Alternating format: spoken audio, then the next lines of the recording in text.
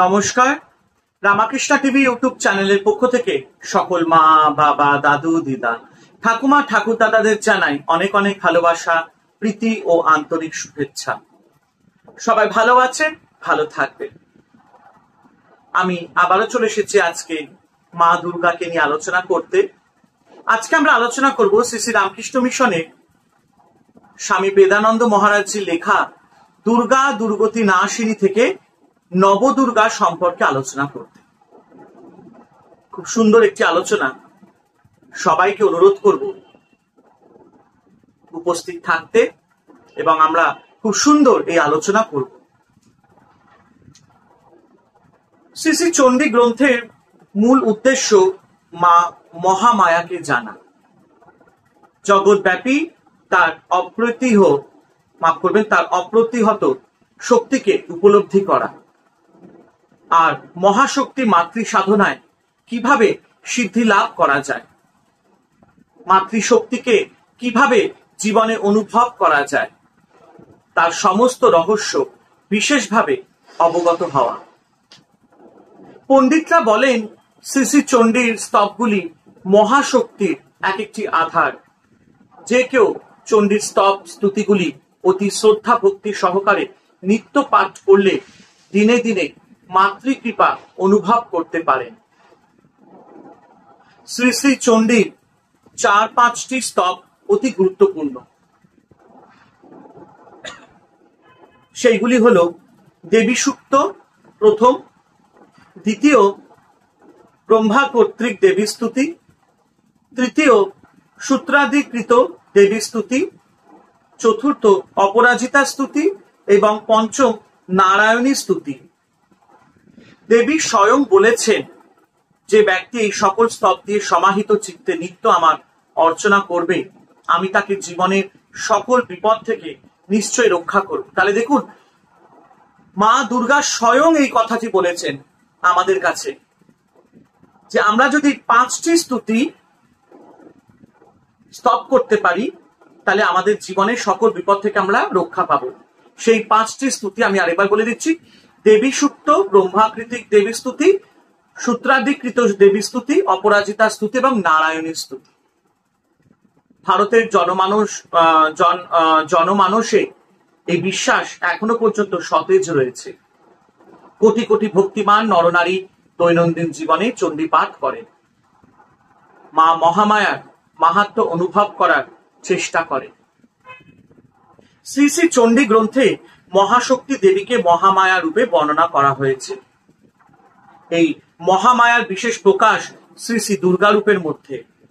তারপর মহাকালী, মহালক্ষ্মী এবং মহাসরস্বতীর মধ্যে তার অনুপম মাধুর্য ফুটে উঠেছে।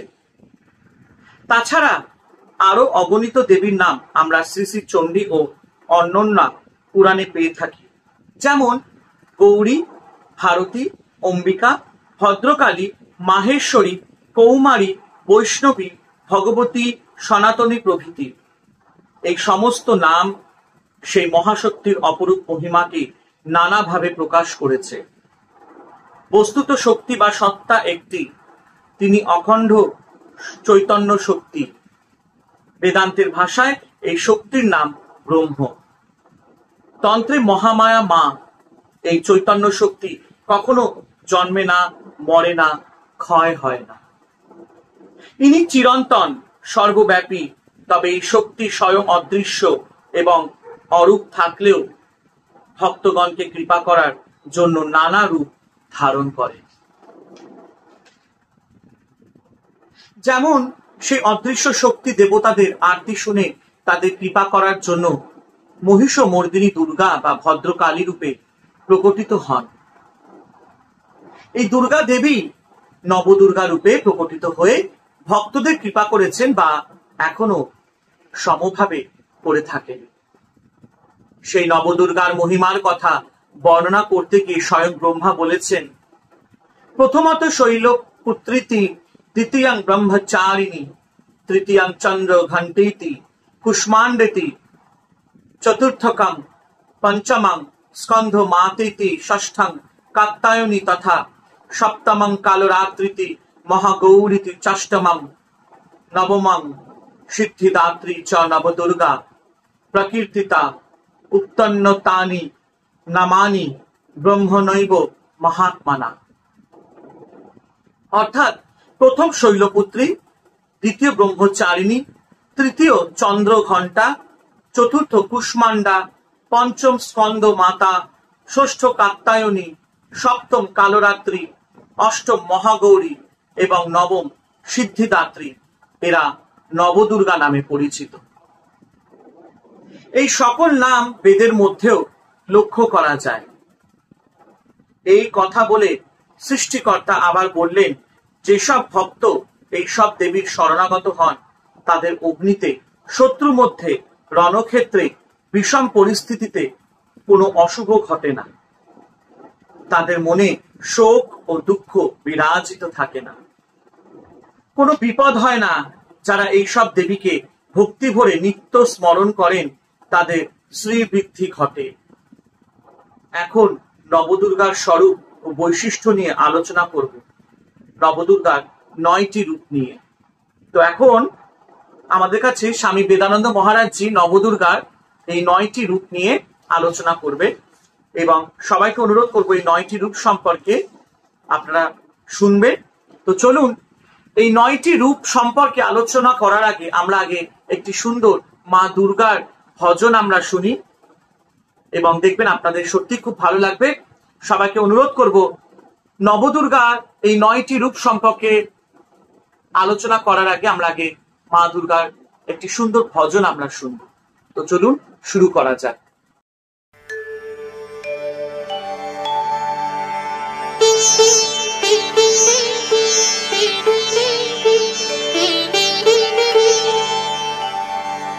श्री गुरुभ्यो नमः। हरिः ओम्।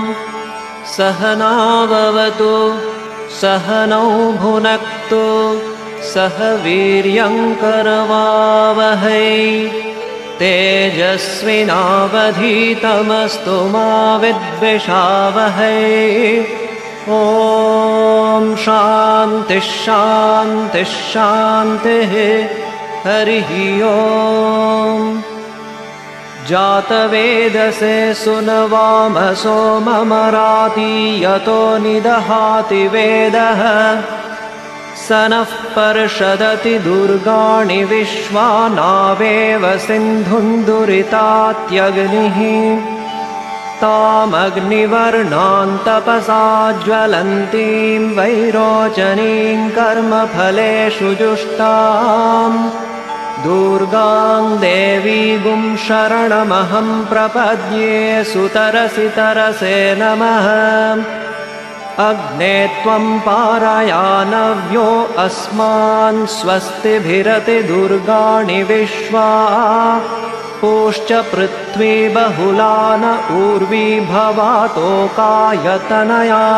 संयोः विश्वानि नो दुर्गः जातवेदः सिन्धुन्दनावादुरितातिपर्षि अग्ने अत्रिवन्मनसा गृणानोऽस्माकं बोध्यविता तनूनाम् पृतनाजितगं सहमानमुग्रमग्निगुं हुवेम परमात्सधस्थात् स नः पर्षदति दुर्गाणि विश्वाक्षामद्देवो अतिदुरितात्यग्निः प्रत्नोषि कमीड्यो अध्वरेषु सनाच्च होता नव्यश्च सत्सि स्वाञ्चाग्ने तनुवं पिप्रयस्मास्मभ्यं च सौभगमायजस्व गोभिर्जुष्टमयुजो निषिक्तन्तवेन्द्रविष्णोरनुसञ्चरेम नाकस्य पृष्ठमभिसंवसानो वैष्णवीं लोक इह मादयन्ताम् ॐ कात्यायनाय विद्महे कन्याकुमारि धीमहि तन्नो दुर्गिः प्रचोदयात् सहना भवतु सहनौ भुनक्तु सह वीर्यं करवावहै तेजस्विनावधीतमस्तु मा विद्विषावहै। ॐ शान्तिः शान्तिः शान्तिः। हरिः ॐ तत्सत्।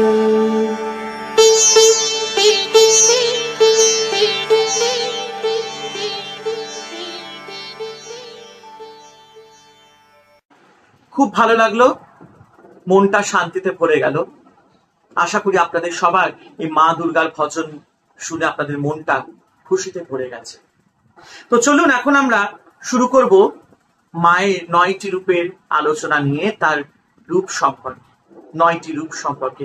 প্রথম শৈলপুত্রী, ইনি দেবীর প্রথম রূপ। গিরিরাজ হিমালয়ের নাম শৈল, তার সন্তান হলেন শৈলপুত্রী। ব্রহ্মবৈবর্ত পুরাণে আছে যে তারকাসুর বধের জন্য একজন দেব সেনাপতির প্রয়োজন হয়েছিল, কিন্তু কিভাবে জন্ম নেবেন দেব সেনাপতি? কার্তিকে মহাদেবের ঔরসে জন্ম হবে তার, কিন্তু সতীর দেহত্যাগের পর সদা ধ্যানে নিমগ্ন মহাদেবকে কে পুনরুত্থিত করবে? দেবতাদের এই চিন্তায় বিষণ্ণ দেখে মহাদেবী হিমালয়ের কন্যা হিসাবে জন্মগ্রহণ করলেন। শৈলরাজের পুত্রী হিসাবে তার নাম হলো শৈলপুত্রী। ইনি হিমালয় ও মেনকার তপস্যাজাত কন্যা। জ্যোতির্ময়ী শৈলপুত্রী কোটি চন্দ্রের প্রভাবিশিষ্ট এই দেবী বৃষবাহনা, ডান হাতে ত্রিশূল, বাম হাতে কমল ফুল। ইনি মহালক্ষ্মীর প্রতীক স্বরূপা। এই দেবীর কৃপায় মানুষের জীবনে সর্বত্র শ্রীবৃদ্ধি পায়, মনে প্রেমের ভাবনা প্রকাশ পায়। মানুষের জীবনে স্বাস্থ্য সৌন্দর্যের ডালি নিয়ে শৈলপুত্রীর আবির্ভাব ঘটে। দ্বিতীয় ব্রহ্মচারিণী, হিমালয় কন্যা শৈলপুত্রী শিবকে পতিরূপে পাওয়ার আশায় তপস্যা শুরু করেছিলেন। তো এখন আমরা মা দুর্গার দ্বিতীয় রূপটি নিয়ে আমরা আলোচনা করছি, সেটা হচ্ছে ব্রহ্মচারিণী। তো হিমালয় কন্যা শৈলপুত্রী শিবকে পতিরূপে পাওয়ার আশায় তপস্যা শুরু করেছিলেন। এই জন্য তিনি ব্রহ্মচারিণী ভাব ও বেশ ধারণ করেছিলেন। কাজেই তপস্যায় নিরত দেবী পার্বতী হলেন এখানে ব্রহ্মচারিণী নাম বিশিষ্ট। এই দেবীর ডান হাতে জপের মালা আর বাম হাতে কমকুণ্ডল। বালিকা শৈলপুত্রী এখানে কিশোরী তপস্বিনী বেশে বৈরাগ্যের দীপশিখা জ্বালিয়ে আবির্ভূত, সদা সংযত। ধ্যান ও ধারণাদি কর্মে সর্বদা নিরত এই দেবী হলেন মহাশক্তির প্রতীক। দেবী ব্রহ্মচারিণী মানুষকে মোক্ষ মার্গে পরিচালনা করেন। ভক্তদের আত্মজ্ঞান প্রদান করতেই তার তপস্বিনী বেশে ত্যাগ ও বৈরাগ্যের পথে বিচরণ। এবার আমরা আলোচনা করব মা দুর্গার তৃতীয় রূপ চন্দ্রঘণ্টা। দেবীর তৃতীয় রূপ হলো চন্দ্রঘণ্টা, কারণ তার স্বরূপ চন্দ্রের মতো নির্মল, পরম শক্তিদায়ক ও কল্যাণকারী।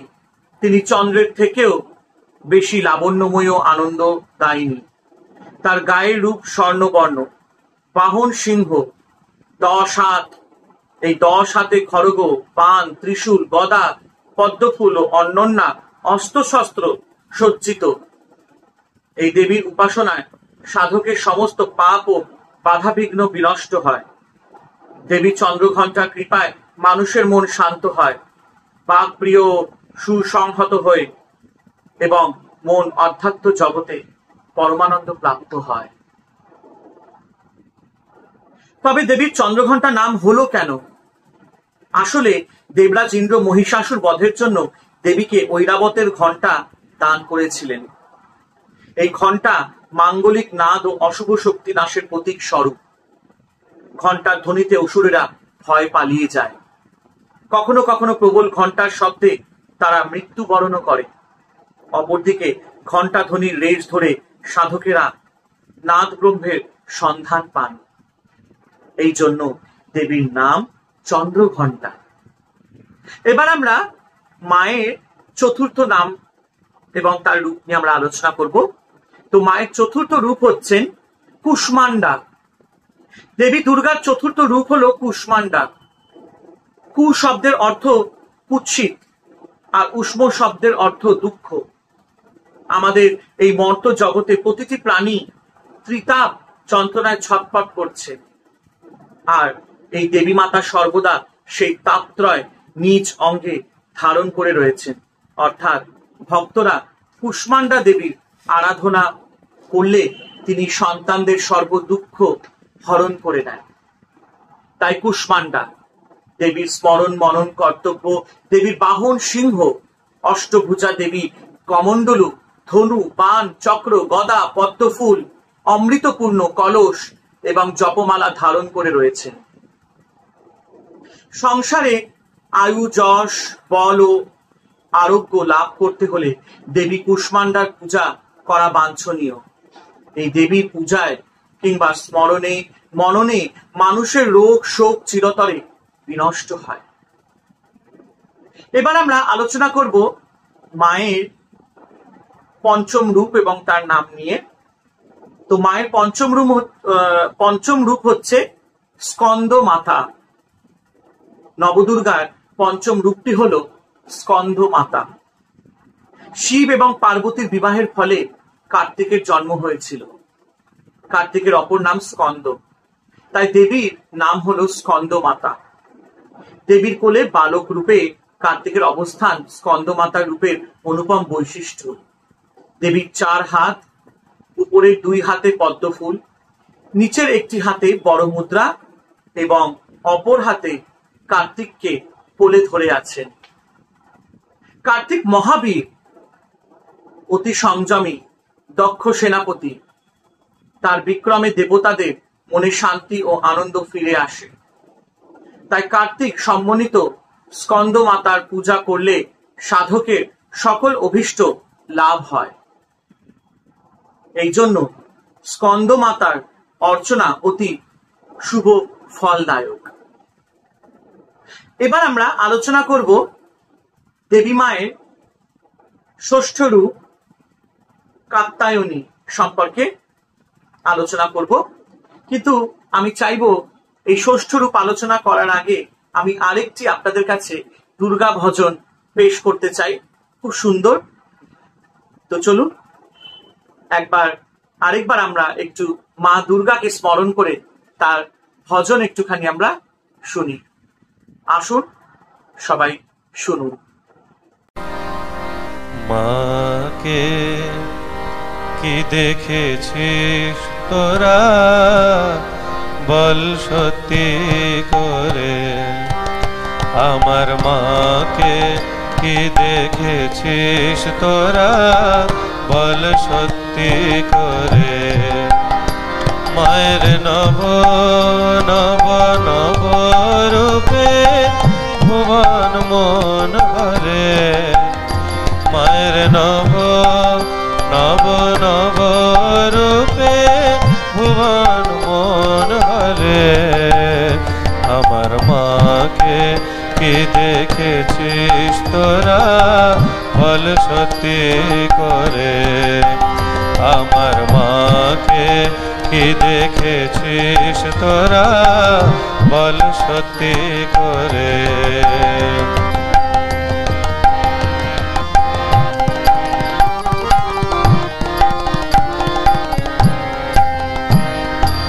মা তো আমার নয় রে কল্পনা,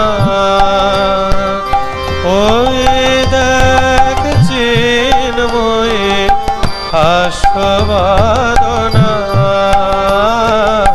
মা তো আমার নয় রে কল্পনা, ওই দেখ চিন্ময়ী হাস্যবাদনা। মায়ের স্নেহ চোখে প্রেম বক্ষে আমিও ঝরে। মায়ের স্নেহ চোখে প্রেম বক্ষে আমিও ঝরে। আমার মাকে কি দেখেছিস তোরা, বল সত্যি করে। আমার মাকে কি দেখেছিস তোরা, বল সত্যি করে।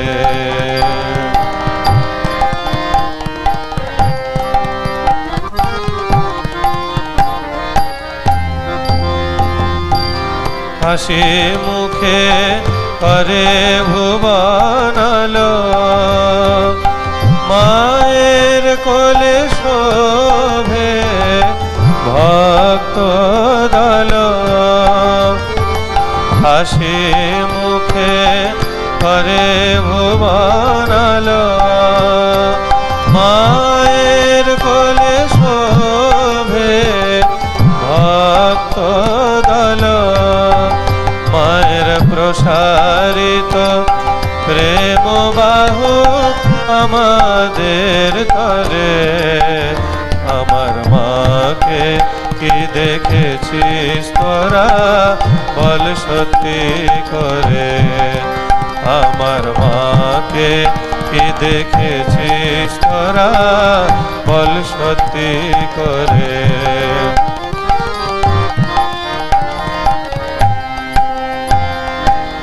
আয় রে আয় ও জগৎবাসী, তোরা দেখে যা একবার আসি। আয় রে আয় ও জগৎবাসী, তোরা দেখে যা একবার আসি। মোদের জননীর অরূপ রাশি পরানো ধরে। অরূপ যে দেখেছে সে মজেছে জনমের তরে। আমার মাকে কি দেখেছিস তোরা, বল সত্যি করে। আমার মাকে কি দেখেছিস তোরা, বল সত্যি করে। তোরা বল সত্যি করে, তোরা বল সত্যি করে। খুব সুন্দর লাগলো, মনটা একদম ভরে গেল। মায়ের গান কে না শুনতে চায়। তো চলুন এবার আমরা আলোচনা করব নবদুর্গার ষষ্ঠ রূপটি। নবদুর্গার ষষ্ঠ রূপটি হলো কাত্যায়নী।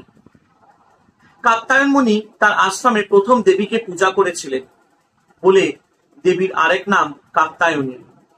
মুনি কাত্যায়ন হিমালয় আশ্রম স্থাপন করে কঠোর তপস্যার মধ্যে জীবন অতিবাহিত করতেন। একদিন পশুদের অত্যাচারে অতিষ্ঠ হয়ে ব্রহ্মা বিষ্ণু মহেশ্বর তার আশ্রমে আগমন করে মহিষাসুর বধের জন্য ক্রুদ্ধ হলে প্রত্যেকের দেহ থেকে তেজ বের হয়ে দুর্গা দেবীর সৃষ্টি হলেন। কাত্যায়ন ঋষি তখন তার আশ্রমে দেবীকে কন্যা রূপে স্বীকার করে প্রথম পূজা অর্চনা করেছিলেন। এই দেবী আশ্বিন মাসে কৃষ্ণা চতুর্দশী তিথিতে সৃষ্টি হয়েছিলেন এবং শুক্লা সপ্তমী অষ্টমী ও নবমীতে কাত্যায়ন মুনি দ্বারা পূজিত হয়ে দশমীতে মহিষাসুরকে বধ করেছিলেন। এছাড়া বৃন্দাবনের গোপীগণও কৃষ্ণকে পতি হিসাবে পাওয়ার জন্যই তারা কাত্যায়নী দেবীর কাছে পূজা প্রার্থনা মানত করেছিলেন। কাজেই কাত্যায়নী দেবী হলেন মানুষের মনোবাঞ্ছা পূরণের দেবী। ভক্তি ভরে দেবী পূজা করলে ইনি প্রসন্ন চিত্তে সকলকে পরাভক্তি ও জ্ঞান দান করেন। অশুভ শক্তির বিনাশ সাধক, মাফ করবেন, অশুভ শক্তির বিনাশ সাধন করে তার ভক্তদের বাঞ্ছিত বস্তু প্রদান করেন। এবার আমরা আলোচনা করব মায়ের সপ্তম রূপ, এবং মায়ের সপ্তম রূপটি হচ্ছে কালরাত্রি। দেবী দুর্গার সপ্তম রূপ হলো কালরাত্রি। এই দেবীর গায়ের রং অন্ধকারের মতো কালো। বাহন গাধা, বড় মুদ্রা, অভয় মুদ্রা, খড়গ এবং লোহা কাটার যন্ত্র চার হাতে ধারণ করে রয়েছেন। দেবী দেখতে ভয়ঙ্করা হলেও কিন্তু ভক্ত বৎসল্যা ও করুণাময়ী। কালরাত্রি দেবীর মায়া শক্তি অসীম। ইনি মায়া নিদ্রা দিয়ে জীবকে অজ্ঞানের মধ্যে ঘুম পাড়িয়ে রাখেন। এই দেবীর প্রভাবেই স্বয়ং বিষ্ণু পর্যন্ত যোগ নিদ্রায় আচ্ছন্ন রয়েছেন। এই দেবীর স্তব পড়তেই ভগবান ব্রহ্মা বিষ্ণুর যোগ নিদ্রা ভঙ্গ করেছিলেন। বলতে কি সমগ্র চরাচরের সকল প্রাণী কালরাত্রি দেবীর মায়ার অধীন। কারণ রাতে সমস্ত প্রাণী নিদ্রায় আচ্ছন্ন হয়ে যায় এবং মহাকালের কোলে কিছুক্ষণের জন্য হলেও লীন হয়ে থাকে। কাল রাত্রে পূজা করলে মানুষের শুভ কর্মের বিঘ্নকারী দৈত্য, দানব, ভূত, প্রেত সকলেই ভয় পলায়ন করে এবং ইনি প্রসন্ন হলে মানুষকে কালজয়ী করে দিতে পারেন। মানুষ তখন আত্মজ্ঞান প্রভাবে পরমানন্দ প্রাপ্ত হন। এবার আমরা আলোচনা করব মা দুর্গার মানে মহামায়ার অষ্টম রূপ নিয়ে, মহাগৌরী। দেবীর অষ্টম রূপ হলো মহাগৌরী। ভয়ঙ্কর ক্রোধে অসুর বধের কারণে দেবীর গায়ের রং একসময় কৃষ্ণ বর্ণ হয়ে যায়। তখন মহাদেব তাকে কালিকা বলে সম্বোধন করেন। স্বামীর কাছে এই নাম শুনে দেবী অত্যন্ত দুঃখিত হন এবং গৌরবর্ণা হওয়ার জন্য ঘোরতর তপস্যা শুরু করেন। শিব দেবীর তপস্যায় তুষ্ট হয়ে তার গাত্রে গঙ্গা জল বর্ষণ করলে দেবীর গৌরবর্ণ হয়ে ওঠে। তার গাত্রবর্ণের জন্য তিনি তখন মহাগৌরী বলে পরিচিত লাভ করেন। এই দেবী বাহন বৃষ। দেবী চার হাতে ত্রিশূল, ডমরু, বর ও অভয় মুদ্রা ধারণ করে আছে। মহাগৌরী সত্যগুণের অধীশ্বরী দেবী। ইনি সংসারে লক্ষ্মী, শান্তি, প্রেম, প্রীতি, সৌন্দর্য ও ধন লাভের প্রতীক স্বরূপা দেবী শক্তি। এই দেবীর পূজা করলে অন্তরে সব পাপের বিনাশ ঘটে এবং মানুষ শান্তি ও পরমানন্দ লাভ করে। কি সুন্দর। এবার আমরা আলোচনা করব মহামায়ার নবম রূপ। তো নবদুর্গার নবম রূপটি হচ্ছে সিদ্ধিদাত্রী। দেবীর নবম রূপ হলো সিদ্ধিদাত্রী বা মোক্ষদা। ইনি ভক্ত ও সাধককে সিদ্ধিদান করেন। অনেক সময় নানা বাধা বিঘ্নের ফলে সাধক ভক্তরা সাধনায় সিদ্ধি লাভ করতে পারেন না। তখন প্রয়োজন হয় বিশেষ দেবীর পূজা অর্চনা ও প্রার্থনা।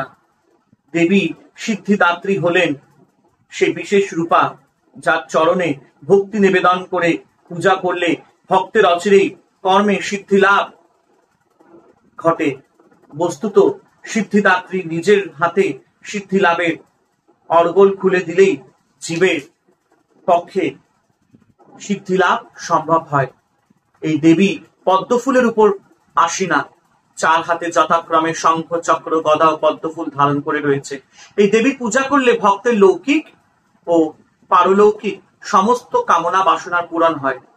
মহাভারতের অর্জুন ভগবান শ্রীকৃষ্ণের উপদেশে সিদ্ধিদাত্রীর চরণ বন্দনা স্তব করে যুদ্ধে অপরাজয় হয়েছিল। বস্তুত এতক্ষণ যে নবদুর্গার বর্ণনা আমরা করলাম তাতে বোঝা যাচ্ছে যে দেবী দুর্গাই একটি, তার 9টি বিশেষ রূপ কর্মের বৈচিত্র্যের জন্য ঋষি মুনিরা প্রস্ফুটিত করেছেন। অতি সূক্ষ্ম দৃষ্টিতে অনুধাবন করলে দেখা যায় যে দুর্গা দেবী বিভিন্ন অবস্থার পরিপ্রেক্ষিতে তার বিশেষ বিশেষ দেবী শক্তি প্রকটিত করেছেন। কেন তার এই দেবী লীলা? ভক্তদের কল্যাণের জন্য তিনি আমাদের জননী, স্নেহ প্রদায়িনী এবং মুক্তি বিধায়িনী। তিনি মহাবিদ্যা এবং মহামেধা শক্তি। তিনি লজ্জা, তিনি ক্ষমা, তিনি বুদ্ধি, তিনি তুষ্টি, তিনি পুষ্টি, তিনি শান্তি, শান্তি সবকিছুই। সৎ ব্যক্তিদের গৃহে এই দেবী লক্ষ্মী রূপিণী এবং অসতের গৃহে আবার ইনি অলক্ষ্মী। কাজেই দেবীর রূপের মহিমা বর্ণনা করা যেমন অবর্ণনীয় তেমনি তার কর্ম বৈচিত্র্য আমাদের বোধগম্য নয়। তাই তিনি অগম্য, অনির্বচনীয়া। তিনি যেমন রূপে প্রকটিত হয়েছেন তেমনি অরূপে প্রকটিত হয়ে প্রেম, ক্ষমা, শ্রদ্ধা প্রভৃতি রূপ ধারণ করেছে। ত্রিগুণাময়ী এই দেবী যেমন সাকার তেমনি আবার নিরাকার, অসীম ও অনন্ত স্বরূপিণী। মোট কথা তিনি সগুণা, নির্গুণা, অভয়া, বরদা, মঙ্গলা, শোভনা, ধর্ম, অর্থ, মুখ্য প্রদায়িনী। ইনি ভক্তজনের মঙ্গল কামনায় নবভাবে ভাবিত হয়েছেন, নবদুর্গার রূপ ধারণ করেছেন। আসুন নবদুর্গার চরণে প্রণত হয়ে বলি, ওম সর্বমঙ্গলে মঙ্গলে শিবে সর্বার্থ সাধিকে শরণ্যে ত্র্যম্বকে গৌরী নারায়ণী নমস্তুতে। আশা করি আজকে মা দুর্গার আলোচনা করে আপনাদের সবার ভালো লাগলো এবং সকলকে অসংখ্য ধন্যবাদ। সবাই এরকমই রামাকৃষ্ণ টিভি ইউটিউব চ্যানেলকে ভালোবাসা দেবেন, সাবস্ক্রাইব করবেন এবং শেয়ার করতে ভুলবেন না। এবং পুরো দুর্গা পুজোতেই আমরা মা দুর্গাকে নিয়ে আলোচনা করব। আজকের মতো এখানে অনুষ্ঠান শেষ করলাম, আবার আসবো কালকে এক নতুন অনুষ্ঠান নিয়ে। তাই যাওয়ার আগে আবার আরেকটি দুর্গা ভজন আপনাদের আমি শোনাতে চাই, তারপরে এই অনুষ্ঠানটি সমাপ্ত করিব। হরে কৃষ্ণ কৃষ্ণ কৃষ্ণ হরে হরে, হরে রাম রাম রাম হরে হরে। জয় শিব শম্ভু, জয় দেবী দুর্গা দুর্গতি নাশিনী, জয় মা কালী। অভয়ার ভয় পদ কর মনসা, অভয়ার ভয় পদ কর মনসা, ভব ভয় সব দূরে যাবে রে তোমার, ভব ভয় সব দূরে যাবে রে তোমার, অভয়ার ভয় পদ কর মনসা, সব দূরে যাবে রে তোমার, অভয়ার ভয় পদ কর মনসা, অকর্ম জনিত ভয় যদি ভোগাধীন হয়, অকর্ম জনিত ভয় যদি ভোগাধীন হয়, ভয় হরা তারা নামে পাইবে নিস্তার, ভয় হরা তারা নামে পাইবে নিস্তার, অভয়ার ভয় পদ কর মনসা,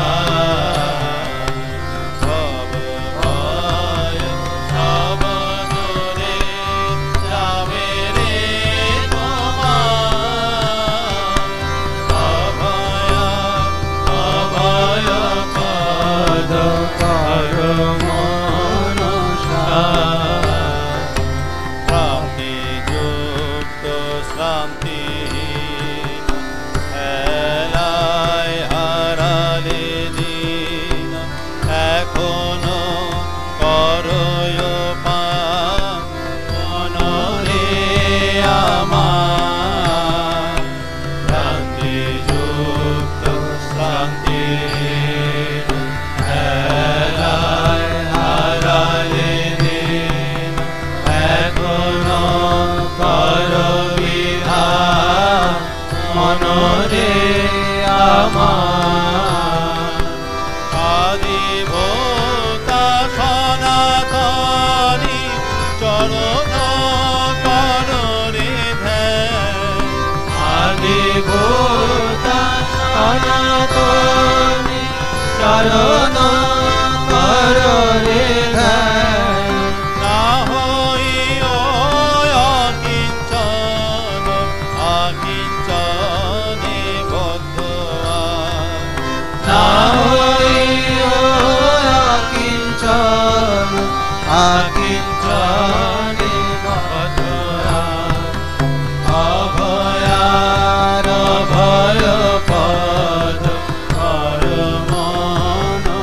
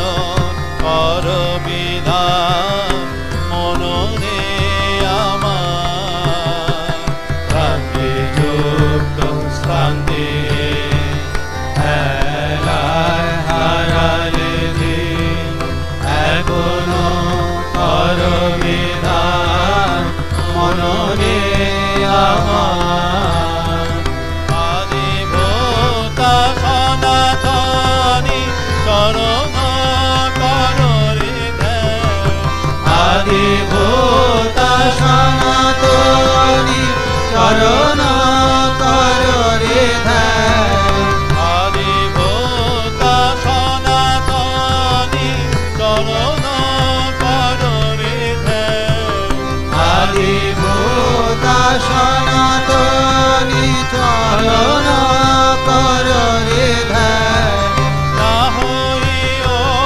অকিঞ্চন অকিঞ্চনে বদ্ধ না হইও অকিঞ্চন অকিঞ্চনে বদ্ধ অভয়ার ভয় পদ পরমন অভয় সব দূরে যাবে রে তোমার